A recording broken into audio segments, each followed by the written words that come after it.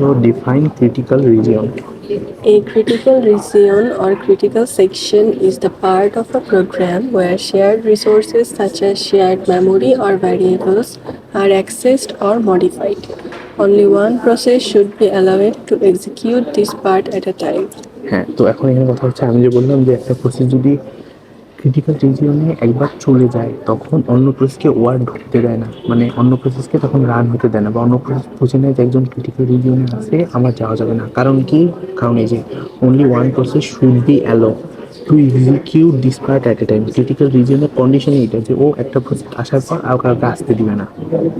এই জন্যই ক্রিটিক্যাল রিজিয়নের এই কাহিনীটা। Define race condition. A rest condition is a situation where two or more processes access and modify shared data at the same time, and the final result depends on the order in which the processes execute. তো প্রথমে যে আমরা বললাম যে দুটো process যদি একই ভ্যালুকে access নিতে চায়, তো ওদের মধ্যে রেস হয় যে কে আগে নেবে কে আগে নেবে। তো এটাই হচ্ছে রেস কন্ডিশন। আর কোন ভ্যালু, এই যে the final result depends on the order in which processes execute. তো কোন প্রসেসটা ভ্যালুটাকে এক্সিকিউট করবে, ওটা বিভিন্ন সিপিইউ ভ্যালু প্রসেসের অর্ডার থাকে, ওই অনুযায়ী ও এক্সিকিউট করে দেবে। তো এই যে ডিফাইন রেস কন্ডিশন, রেস কন্ডিশনের ফলে যে আউটপুটটা আসে ওটা আনপ্রেডিক্টেবল আউটপুট আসে, যে এই প্রসেস করতেছে না ওই প্রসেস করতেছে আমরা জানি না। পরেরটা আসো। What is the main problem of race condition? The main problem of a race condition is that the outcome of program execution becomes unpredictable because it depends on the timing and order of data accessed by multiple processes.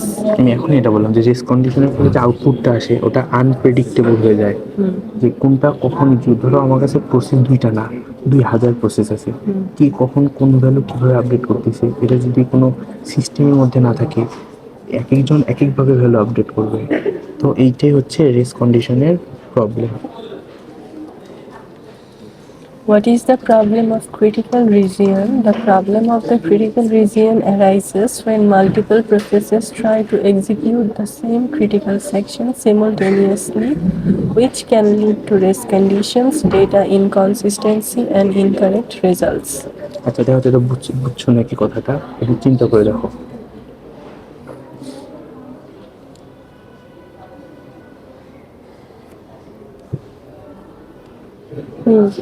এটা ওই একই idea থেকে আসতেছে, কিন্তু যে একাধিক process critical রিজনে যাইতে চাচ্ছে। তো ধরো প্রথম প্রসেস তো প্রথম প্রসেস গেল, দ্বিতীয় প্রসেস যাওয়ার চেষ্টা করতেছে, তো রেস কন্ডিশন। এখন দুইটা প্রসেস যদি যায় একসাথেই যায়, যে কাজগুলা করে তখনই তো ইনকারেক্ট রেজাল্ট পেয়ে যাব। তো এটাই হচ্ছে ওই আইডিয়াটা, এটা ক্লিয়ার হয়েছে।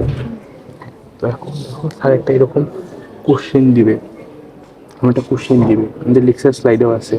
তো এখানে দেখো যে P1 read x x plus 10, আবার P2 read x x plus 10। আর এটা হচ্ছে একটা মেমোরি যেখানে এক্স এর ভ্যালু দেওয়া আছে 10 10 20 20। ভ্যালুটা আপডেট হওয়ার পর কত সেটা এখানে বলা আছে। এখন দেখো এই যে হোয়াট হ্যাপেন হেয়ার, দেখো টু প্রসেস P1 P2 আর accessing the same shared variable x at the same time. তো দেখো প্রথমে এক্স এর ভ্যালু 10 আছে,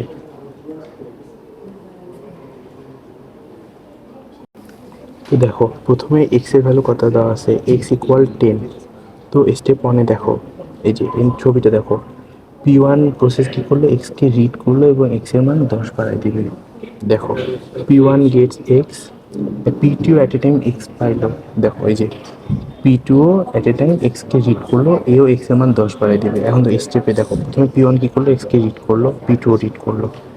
এখন P1 কী হলো, এক্স এর সাথে 10 যোগ করলো, এই যেখানে বলা আছে এক্স প্লাস 10, সো এক্স হয়ে গেল 20।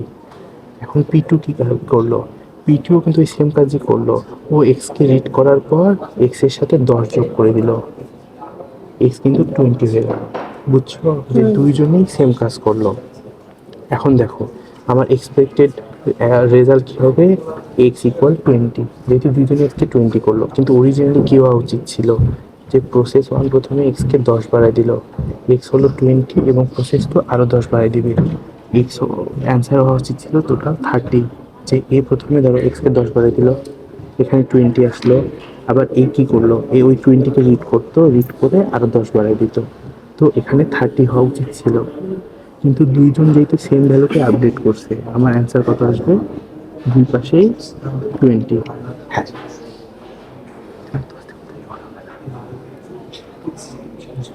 এখন এইটুকু রিডিং পড়ো।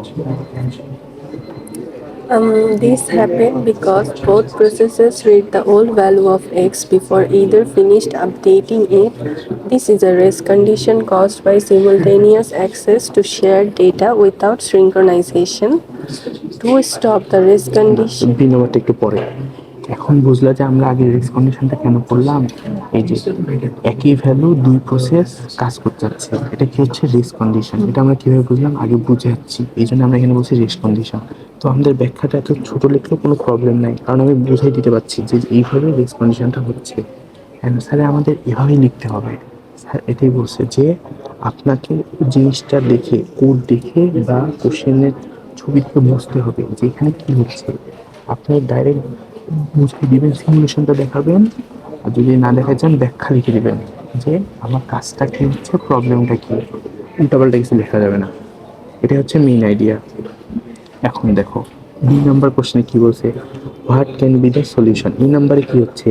রেস কন্ডিশন হচ্ছে, একই ভ্যালু আপডেট হচ্ছে। তো এটার সলিউশনটা কি? এটার সলিউশন কয়েকভাবে করা যায়, কিন্তু আমরা এখানে ম্যানুয়াল সলিউশন নিয়ে কথা বলতেছি। স্যারের কথা মতে এটা অনেকভাবেই সলিউশন করা যায়, অনেক অ্যালগরিদম আছে, কিন্তু আমরা এখানে শুধু ম্যানুয়াল সলিউশন নিয়ে কথা বলতেছি। পড়ো। to stop the race condition, we must prevent both processes from updating the shared variable x at the same time. This can be done by using locking or mutual exclusion. We will use mutual exclusion here.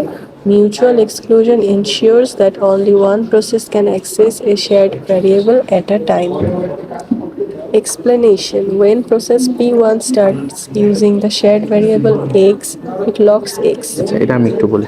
দেখো, যখন আমি তারপর reading করো, যখন P1 x এর ভ্যালুটাকে use করতেছে, ও x এর ভ্যালুটাকে যখন রিড করলো, ও সাথে সাথেই এক্সকে লক করে দিল।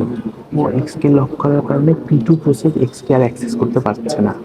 তো ও বসে আছে, ও কিন্তু বসে আছে, P2 কিন্তু বসে আছে, কিন্তু একটা জিনিস মাথায় রাখবা, P2 বারবার চেক করতেছে যে ও কোনোভাবে এক্সকে পাচ্ছে কিনা।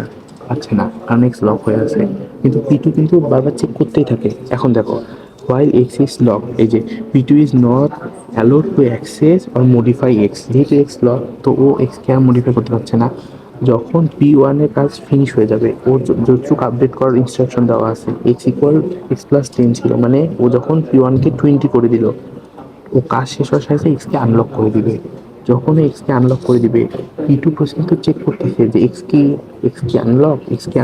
ও দেখলো হ্যাঁ, এখন এক্স আনলক। ও তখন কি করবে? P2 কে নেবে, একইভাবে P2 এর যে মানটা আছে ওটাকে আপডেট করে দিবে। আপডেট করে দিলে লাস্টে আমরা কি পাবো? As a result both processes do not update x সিমultaneously and final result remains consistent. কারণ প্রথমে P1 আপডেট করছে, তারপরে P2 আপডেট করতেছে। তো আমরা এভাবে করতে পারি। স্যার আবার এটাও দিতে পারে যে ধরো এখানে x=10 দিল, এখানে x=20 দিল। তো আমাদের বললো যে এখানে কোন কোন অ্যান্সারটা আমরা পাবো। তো আমরা তখন কি বলবো? যে অ্যান্সারটা আনপ্রেডিক্টেবল হবে। যদি প্রসেস 1 আগে কাজ করে, তখন ধরো এখানে বলছে x=x+10, তখন ও কে 20 করে দিল। আর যদি x+20 থাকে, এখানে যদি 20 থাকে, তখন 30 হবে। 30 হলো। এখন যদি স্যার কোশ্চেনে বলে যে 20 এবং 30-র মধ্যে আমরা কাকে আগে পাবো, তখন আমরা কি বলবো?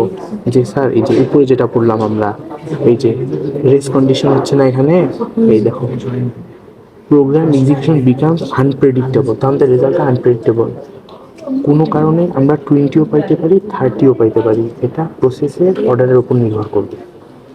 তো স্যার কিন্তু কোশ্চেনটা এভাবে ঘুরাইও দিতে পারে, আইডিয়া কিন্তু সেম। Okay. তুমি কি জিনিসটা বুঝছো? Yes. যে যদি রেস কন্ডিশন হয়, আমরা কোন অ্যান্সারটা পাবো সেটা হচ্ছে একটা আনপ্রেডিক্টেবল।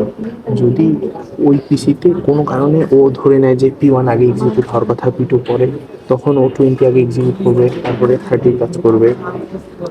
তখন অথবা স্যারও তো বলে দিতে পারে যে কন্ডিশনটা কি। স্যারও বলে দিতে পারে যে কোন প্রসেসটা আগে।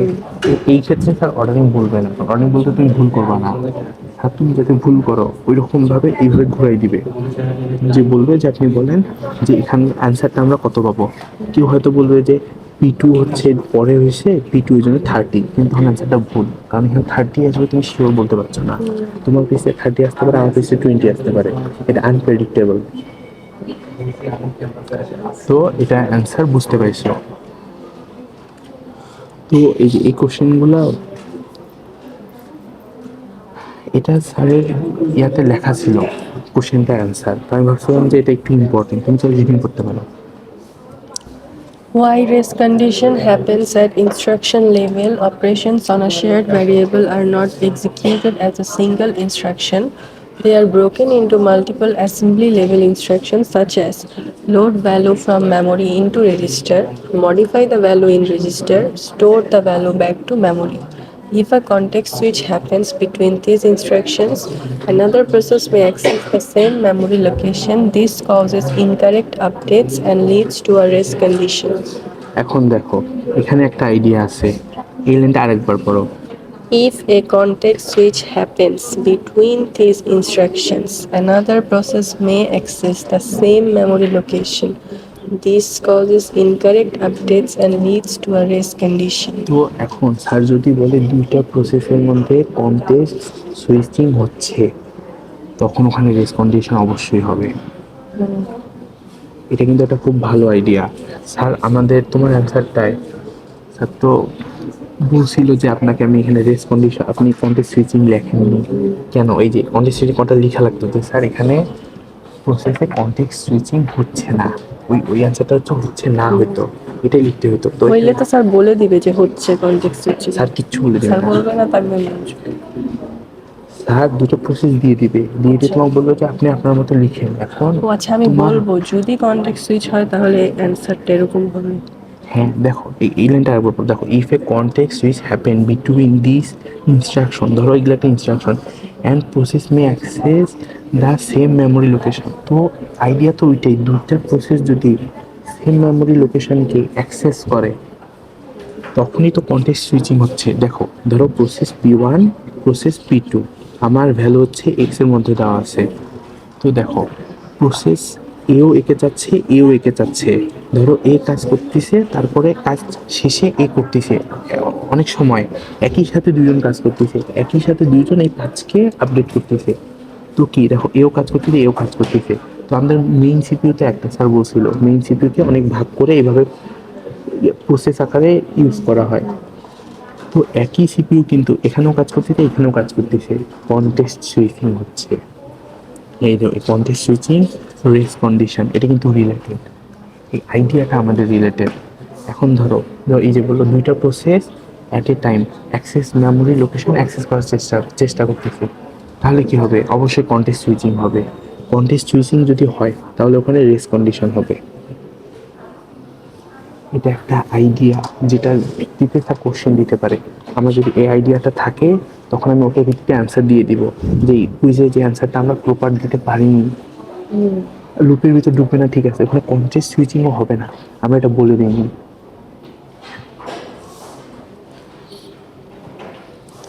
এখন এখানে শুধু এই যে 1 আর 2 নাম্বার পড়ো, সেমাফোর তুমি জানো। Interprocess communication mainly uses the following techniques to control access to shared resources. Busy waiting. Busy waiting is a situation in which a process repeatedly executes a loop while waiting for an event or resource to become available without releasing the CPU and consuming CPU time unnecessarily. To sleep and wake. In this method, a process goes to sleep when a resource is not available and is waken up when the resource becomes free. This is more efficient than busy waiting. এখন busy waiting এ কি হচ্ছে বলি। দেখো busy waiting is a situation in which a process rapidly execute A loop while waiting for an event and resource become available। এখন হচ্ছে কি ধরো এটা আইডিয়াটা একটু বোঝা ইম্পর্টেন্ট আমাদের কাছে। দেখো ঘুরাই ফিরে সেম কথাই বলতেছি, ধরো P1 P2 দুইটা প্রসেস আছে। তো প্রথমত P1 কিন্তু একটা ভ্যালুকে আপডেট করার চেষ্টা করতেছে, ধরো আমার সেমাফোর বা রক ভ্যারিয়েবল কিছু একটা ইউজ করা হচ্ছে যাতে অ্যাট এ টাইম দুইটা প্রসেস অ্যাক্সেস না পায়। তো P1 ধরো ওই x এর ভ্যালুটাকে অ্যাক্সেস করতেছে, P2 কিন্তু অ্যাক্সেস করতে পারছে না, কিন্তু P2 তো বারবার চেক করতেছে যে x এর ভ্যালুকে এখন অ্যাক্সেস করা যাবে, আবার চেক করতেছে যাবে, ও দেখছে যাবে না।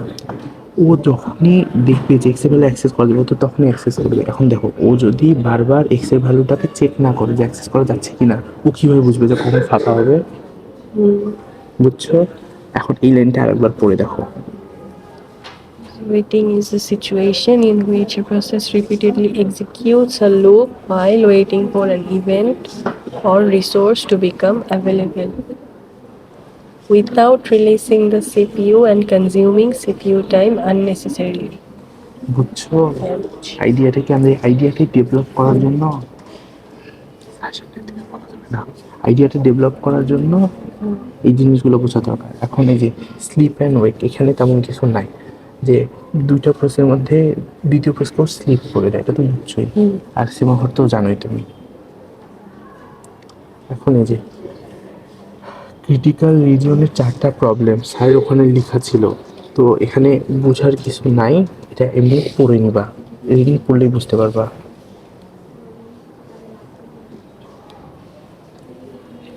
এই যে এটা রিডিং পড়ো। Define disabling interrupts. Disabling interrupts means temporarily turning off all interrupts when a process enters a critical section so that the CPU cannot switch to another process. This ensures that the critical section is executed safely by one process at a time. তো এখানে দেখো, একটা process যখন critical রিজিয়নের ভিতরে আসে তখন কিন্তু context switching হবে না। এটা পরে তুমি কিন্তু এই আইডিয়াটা ডেভেলপ হইলো, চিন্তা করে দেখো একটু। কথা কি আমি ঠিক বলছি? Yes. যে একটা প্রসেস যখন ক্রিটিক্যাল রিজিয়নের ভিতরে থাকলো তখন এই recipe can not switch another process. Another process switch করতে পারছে না মানে কি? কন্টেক্সট সুইচিং হচ্ছে না। তো এই আইডিয়াটা ইম্পর্টেন্ট। স্যার যদি এইভাবে কোশ্চেন বলে দেয় যে একটা প্রসেস ক্রিটিক্যাল রিজিয়নে আসে, এখন আপনি কন্টেক্সট সুইচিং ব্যাখ্যা করেন, মনে তো হবে না, ওটাই আমার অ্যান্সার। এটাই একটু আমি ঘুরাই ফিরাই বলবো যে স্যার এই কাহিনী, এই কারণে এখানে কন্টেক্সট সুইচিং হবে না। ওই অ্যান্সারটা এখানে স্ট্রেইটভাবে বলা আছে, তুমি বুঝে নিজের মতো লিখবা। Deadlock. If a process enters the critical region and gets stuck, then the system may face deadlock.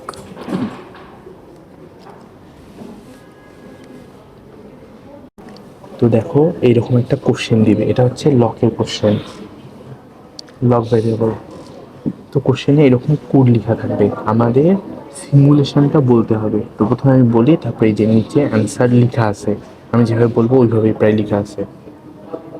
দেখো, তো এই কোশ্চেনে এটা কিন্তু আমরা লেট না, আমরা কিন্তু অ্যাজিউম করে নিই যে লক জিরো, আমাদের লকের মান বলাই থাকবে যে লক ইকুয়াল জিরো, যেমন ইনসেম ইকুয়াল 1 বলা ছিল, এরকম লক ইকুয়াল জিরো বলা আছে। তো আমরা প্রসেস ওয়ানে আসলাম, এসে দেখলাম লক ইকুয়াল জিরো বলছে। এখানে দেখো while lock not equal zero, lock zero হওয়া যাবে না, কিন্তু লক তো জিরো, তো এটা কি ফেল করতেছে, এটা কোনো কাজ নাই। এখন কি হলো, লকের মানকে 1 করে দিবে, লক ইকুয়াল 1, লকের মান 1 হয়ে গেল। এই দেখো, এন্টার দ্য ক্রিটিক্যাল রিজিয়ন, ও ক্রিটিক্যাল রিজিয়নে এন্টার করলো, অ্যাক্সেস দ্য শেয়ার ভ্যারিয়েবল, ভ্যারিয়েবলটা অ্যাক্সেস করলো, ক্রিটিক্যাল রিজনে এন্টার হলো। আর অ্যাক্সেস দ্য শেয়ার ভ্যারিয়েবল মানে কি, ধরো এক্স ইকুয়াল 5 দেওয়া ছিল, ও এটাকে এখন অ্যাক্সেস করতেছে শেয়ার ভ্যারিয়েবল। শেয়ার ভ্যারিয়েবল মানে কি, এই এক্সটা কিন্তু দুইজনের মাঝখানে, দুইজনে অ্যাক্সেস করতে পারে, ওই জন্য শেয়ার ভ্যারিয়েবল কথাটা বলা আছে। তো এই পর্যন্ত এসে স্টপ হও, অ্যাক্সেস দ্য শেয়ার ভ্যারিয়েবল। দেখো যদি এখন দেখো, ও তারপরে এক্সিট হবে এখান থেকে। আচ্ছা 1 মিনিট দাঁড়াও, এখনো কি হলো, এক্সিট করলো। এক্সিট করার পরে ও লকের মানটা কি করে দিল, জিরো করে দিল। দেখো, ও এক্সিটের মাধ্যমে কিন্তু ক্রিটিক্যাল রিজন থেকে বের হয়ে গেল এবং লকের মানটা জিরো করে দিল। এখন দেখো P2 লুপে আসলো, ও চেক করলো লকের মান কিন্তু এখন কত আছে, Zero. জিরো আছে, লাস্ট আপডেট এটা। while lock not equal zero, lock কি নট ইকুয়াল জিরো? No. লকের মান কিন্তু জিরো। ও আবার এই যে লকের মান One করে 1 করে দিল, আবার এই যে enter the critical region, access shared variable, তারপরে এক্সিট, তারপরে লক। এখন এটার ব্যাখ্যাটা তুমি একবার পড়ো, তাহলে ক্লিয়ার হবে, কারণ এটা এইভাবে ক্লিয়ার হয়নি আমি জানি। পড়ো। Initially, lock is equals to 0, so the critical region is free. Suppose P1 runs first. While lock is not equal to 0, false. এই দাঁড়াও একটু মিলাই দেখো, এই যে lock is not equal zero মানে এটা ফলস, এটুকু ফলস। হ্যাঁ, তারপরে আসো। P1 sets lock equals to 1. P1 enters the critical region. Now P2 runs. It checks while lock is not equal to 0. Since lock is equals to 1, P2 keeps waiting in the loop. This waiting is called busy waiting. P2 is running but doing no useful work. When P1 finishes, P1 sets lock is equals to 0. P1 exits the critical region. Now P2 sees lock is equals to 0. P2 sets lock equals to 1. P2 enters the critical region. তো আমি বলি, এখানে আমি একটু বলতে ভুল করছি। যখন ধরো ও ক্রিটিক্যাল রিজনের ভিতরে ঢুকলো, এখন কিন্তু লক ইকুয়াল 1, এট এ টাইম এই এক্সিট আগে করে না, আগে এখানে আসে, এসে এই কাজটা করে। এই কাজটা করে কি দেখলো, ও দেখলো যে ও ক্রিটিক্যাল রিজনের ভিতরে ঢুকতে পারছে না। দেখো যখন লকের মান 1, আমি আরেকবার বলি, দেখো লকের মান 1 আছে, 1 করলো, করে ক্রিটিক্যাল রিজনের ভিতরে ঢুকলো, ঢোকার পরেই সাথে সাথে P2 আসলো। P2 চেক করলো যে লকের মানকে নট ইকুয়াল 0, লকের মান তো 1, 0 না। তো ও কি করলো, দেখো এখানে লেখা আছে, এই যে it checks while lock not equal 0 since lock equal 1, lock কিন্তু 1। তো P2 keeps waiting in the loop. বুঝতে পারছো? P2 লুপে ওয়েট করবে। এখন তোমাকে আইডিয়াটা ক্লিয়ার হয়েছে এখানে? হালকা বলো দেখি।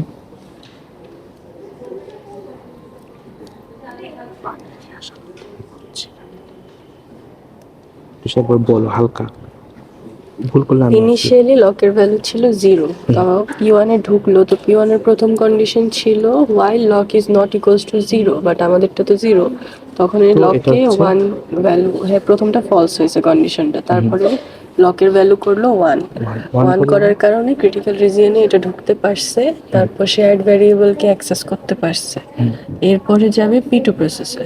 হ্যাঁ, এটা হচ্ছে P2। এখানে লকের মান ও 1 করে দিল এবং ক্রিটিক্যাল রিজিয়নে ঢুকলো। এটা 1 করার কারণে ক্রিটিক্যাল ঢুকলো না, ও কি করলো, লকের মানটা 1 করে দিল এবং ক্রিটিক্যাল রিজিয়নে ঢুকলো। হ্যাঁ, এখন P2 তে যে দেখলো lock is not equals to 0, লকের মান কত, লক 1, লক তো আমাদের 1 অলরেডি হয়ে আছেই, হ্যাঁ তো এটা তো ফলস। এটা ফলস, ঠিক আছে। তখন এ কি করলো, এ কিন্তু ওয়েট করবে, এ কিন্তু এখন ওয়েট করবে লক নট ইকুয়াল 0 না হওয়া পর্যন্ত। এই লুপে যে এন্টার করবে P2, ও তো আমি বললাম দ্বিতীয় প্রশ্ন কিন্তু বারবার চেক করতে থাকে যে ও কি যেতে পারবে। তো ও কি দেখতেছে যে লকের মান 1, মানে লকের মান নট ইকুয়াল 0, এ কিন্তু ফলস হচ্ছে।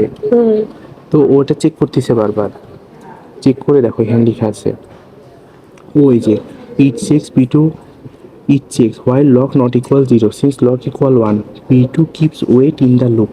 ও এই লুপে ঢোকার জন্য ও চেক করতেছে। আমরা কিন্তু এই যে যদি আমরা কোডিং করি, যখন ধরো এই কন্ডিশনটা যে ফলস, ও তো একবার চেক করলো কন্ডিশনটা ফলস, ও আবার চেক করবে কন্ডিশনটা ট্রু কিনা, দেখলো ফলস, আবার চেক করবে। এখন দেখো ও এখানে অপেক্ষা করতে থাকলো, আর এ কিন্তু ক্রিটিক্যাল রিজনে অলরেডি আসে। তারপরে কি হবে, তুমি কন্টিনিউ করো। তারপরে ক্রিটিক্যাল রিজিয়নে এন্টার করবে। এই কিন্তু কিছু এন্টার করতেছে না। তারাও কই আসছিলাম, আমি তো এই লাইনে ছিলাম। হ্যাঁ, তুমি এই লাইনে ছিলাম। হ্যাঁ, তো লকের ভ্যালু 0 হবে না, কিন্তু আমাদের তো লকের ভ্যালু অলরেডি 1 প্রসেস 1 থেকে। তারপর কি হবে, তাইলে তো আর এন্টার করবে না। তো দাঁড়াও, কন্টিনিউ। সো ইনিশিয়ালি লকের ভ্যালু হচ্ছে 0, তো আমাদের P1 প্রসেসে বলছে যে while lock not equals to 0, তো আমাদের ভ্যালু তো 0 দেওয়া লকের, তখন লক ইকুয়ালস টু 1 করা হইলো, কারণ while এর কন্ডিশনটা ফলস হচ্ছে। তারপরে ক্রিটিক্যাল সাথে 1 করলো, এর সাথে ক্রিটিক্যাল রিজিয়নে এন্টার করলো, অ্যাক্সেস পেলো শেয়ার্ড ভ্যারিয়েবলে, তারপরে গেল প্রসেস 2 তে। ওখানে যে চেক করলো while log not equals to 0, কিন্তু condition true লগ হচ্ছে। কন্ডিশন ট্রু, কারণ আমাদের P1 থেকে আমরা পাইছি যে লকের ভ্যালু 1।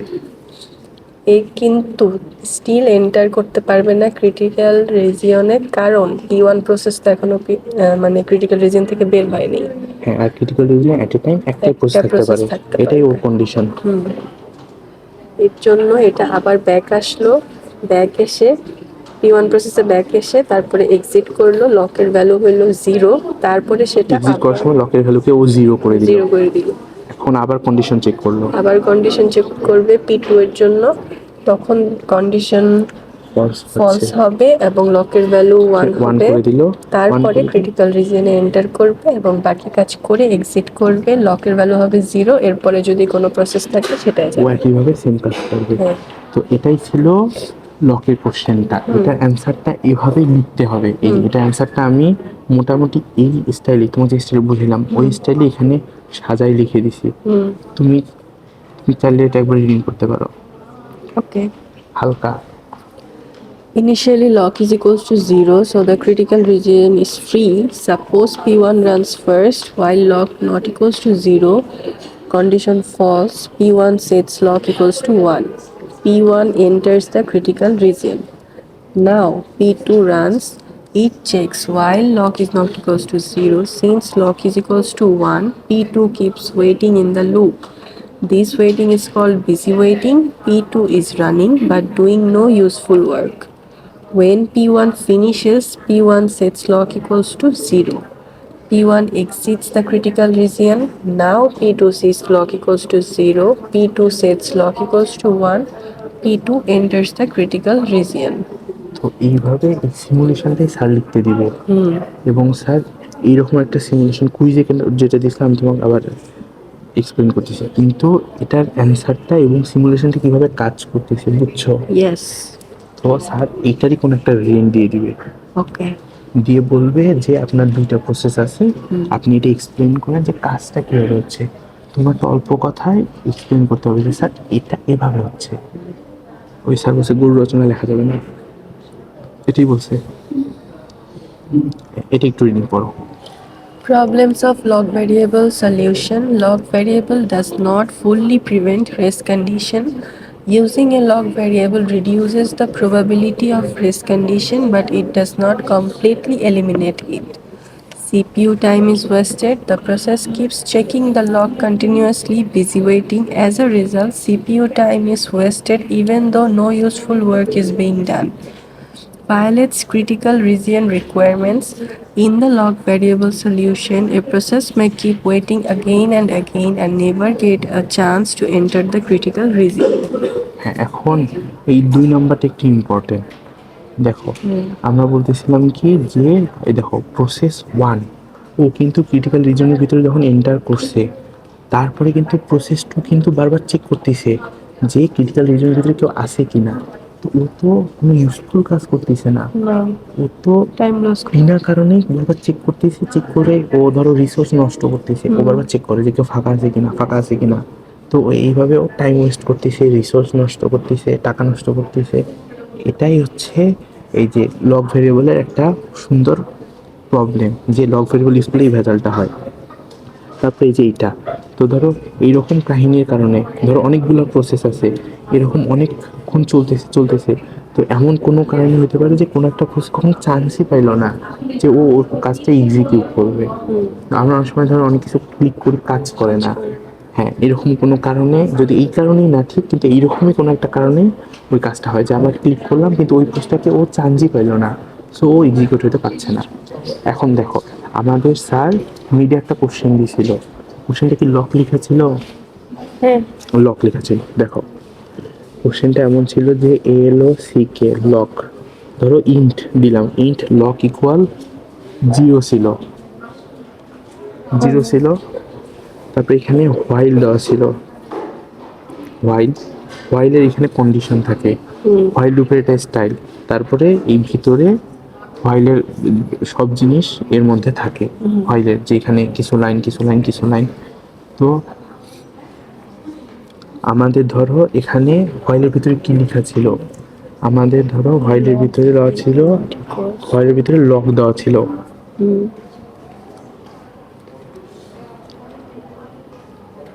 হোয়াইলের ভিতরে লক দেওয়া ছিল। এখন ধরো এই কোশ্চেনটা আবার পরীক্ষায় আসছে, যেটা আমরা সরি যেটা কুইজে দিছি, আমি তোমাকে বুঝাচ্ছি। দেখো আমাদের এই যে আমরা 1 0 বুলিয়ানে আমরা বলি ট্রু ফলস।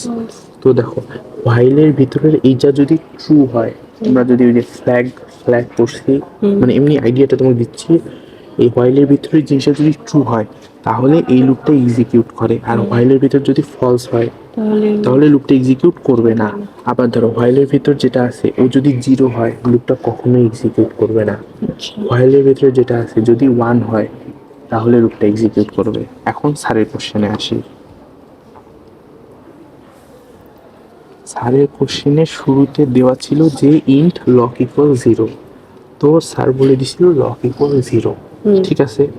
তো এখানে হোয়াইল ছিল, হোয়াইলের ভিতরে লেখা ছিল লক কন্ডিশনে, আর ভিতরে কিছু কাজ দেওয়া ছিল, কাজগুলা এখন দেখো বলাই আছে লকের মান 0, তো এই হোয়াইল লক এর ভিতরে কি আসতেছে 0 আসতেছে। আমি বললাম যে হোয়াইলের মধ্যে যদি ফলস হয় অথবা 0 থাকে, হোয়াইল লুপটা কিন্তু ভিতরে কাজ করবে না, ও এটাকে ফলস হিসেবে ধরে নেয়। তো ও কিন্তু কোনোভাবেই লকের মানটা কোনোভাবেই এই যে লুপের ভিতরে তো এন্টারই করতে পারছে না। আমি এটাই অ্যান্সারে লিখছিলাম যে এ লুপের ভিতরে এন্টার করতে পারছে না। এখন আরও লেখা লাগতো যে যেহেতু লুপের ভিতরে এন্টার করতে পারছে না, প্রসেস একটা এখানে কনটেক্সট সুইচিং হবে না। আর যদি প্রসেস 2টা থাকতো তাহলে কনটেক্সট সুইচিং হওয়ার চান্স ছিল। এখন এটা অ্যান্সার এটাই যে ও লুপের ভিতরে ঢুকবে না, আমরা যেটা অ্যান্সার লিখছিলাম। আর দ্বিতীয় অ্যান্সারটা হচ্ছে যে এখানে কনটেক্সট সুইচিং হবে না। তো এটাই আমাদের কুইজের অ্যান্সার ছিল, যেটা আমরা একটু ভুল দেখছি। কন্টেক্সট সুইচ লিখি নেই। এটাই খুব আহামরি কঠিন কিছু স্যার দেন, ভালো মতো পড়লে ওটি তখনই পাওয়া যেত।